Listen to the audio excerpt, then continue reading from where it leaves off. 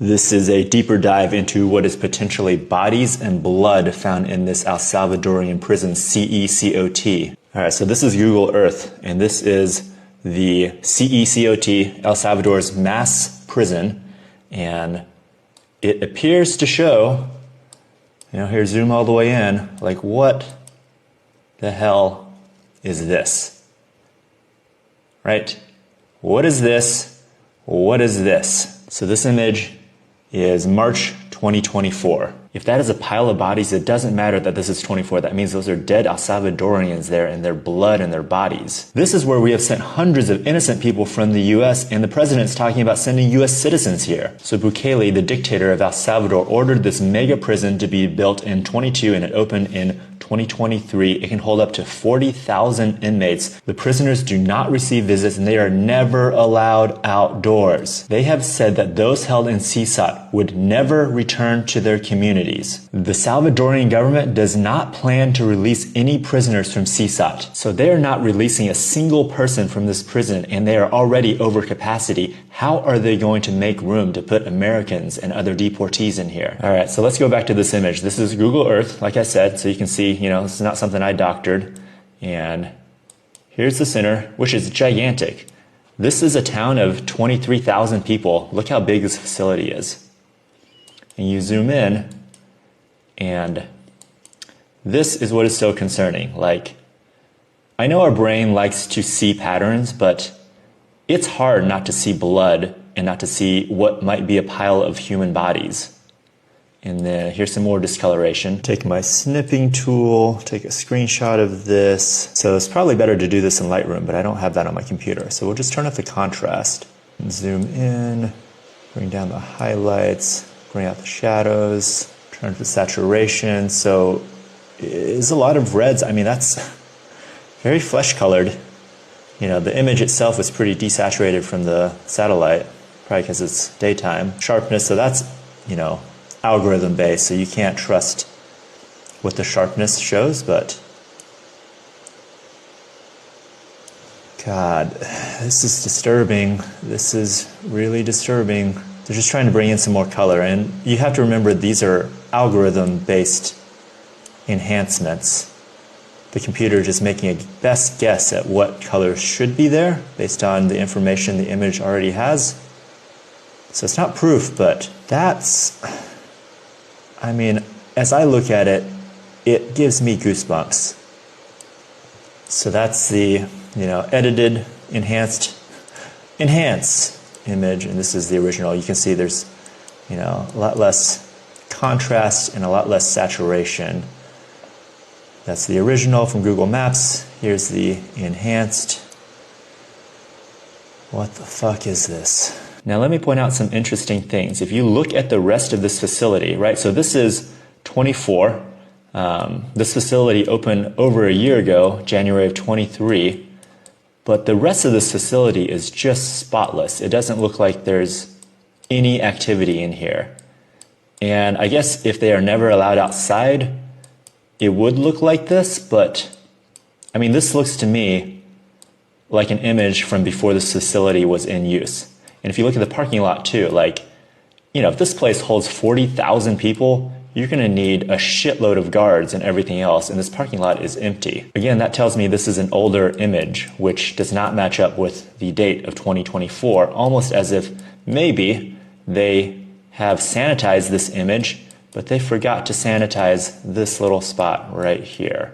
And I realize this is all speculation, lack of evidence is not evidence in itself, but it is truly bizarre. And here's the Apple Maps image. Apple doesn't publish when these were taken, but again, empty parking lot, and just look at these buildings. And look here, the shacks are not there, right? Those two buildings aren't there. So this has to be an older image, and that courtyard is totally clean.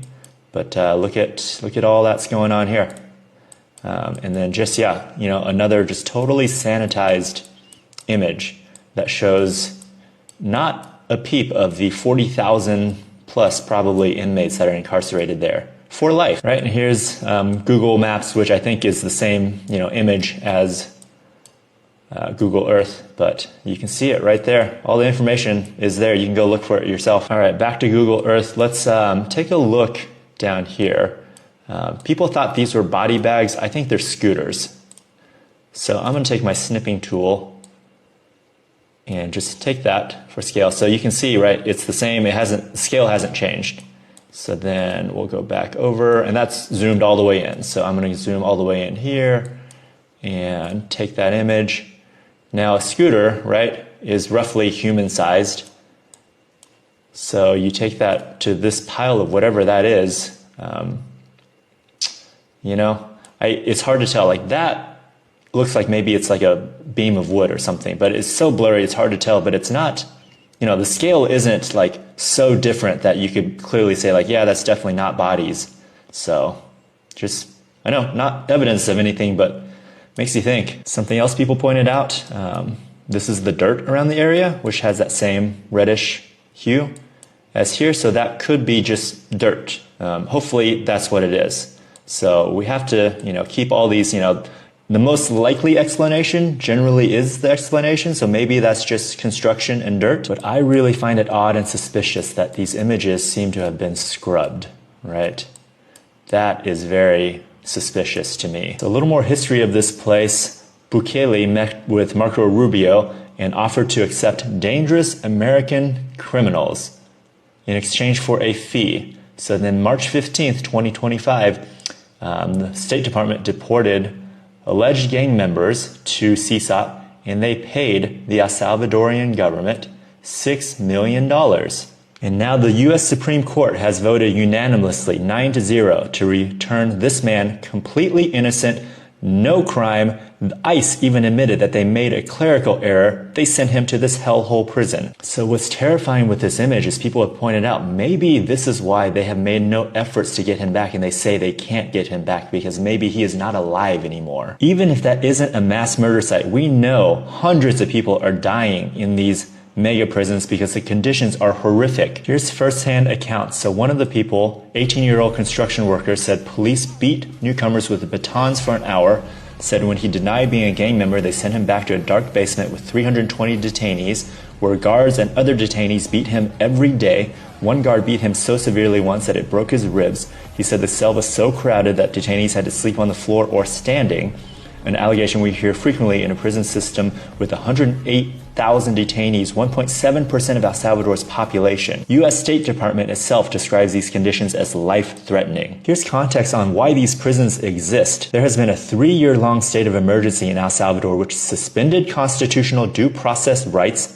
Since the state of emergency was instituted, security forces have detained 85,000 people, 1.4% of the country's population. Since the state of emergency was instituted, over 350 people have died in El Salvador's prisons, according to Salvadorian human rights groups. I'm sure that's just a number they can verify, but there's got to be so many more deaths in this place, even if we discount completely that they're just murdering people, in the yard. Just the lack of medical attention, just the brutal nature of a prison where you're jamming hundreds of people into cages and then just leaving them there. 3,300 children have been detained without any ties to gang activity. Well-documented 66 cases of children subject to torture, ill treatment, and appalling conditions. Third detainee held in prison described as a punishment cell. He said officers moved him and others to make room for other detainees. The new cell was constantly dark. Detainees had to sleep standing up due to overcrowding, and there was no regular access to drinking water. Again, I ask you, if these places are so overcrowded and they are not intending on releasing anyone, how are they making room to take in detainees and deportees from America? Here we go. In one case, a person who died in custody was buried in a mass grave without the family's knowledge. This practice could amount to an enforced disappearance if authorities intentionally conceal the fate or whereabouts of the detainee. So this image is shocking, but it is not proof of anything. But I think this raises the broader question of what the fuck is happening in this giant prison. We all need to talk about this because this is just incredible human rights violations. Even if American citizens are never sent there, even if we get every single one of our deportees back, what is happening in this prison is still a human rights crime. It's awful, it's brutal, it doesn't matter who it's happening to. This is, unlawful, unconscionable. This is inhumane, inhuman. We just can't stand for this. When I first saw this shook me to my core, to my soul level. It's just, it reminds me when I learned that my dad had died, like just this, like, I can only describe it as a soul level horror. And that intuition for me lends this credence. And I know that's not evidence of anything, but at my soul, it says that something is deeply wrong here.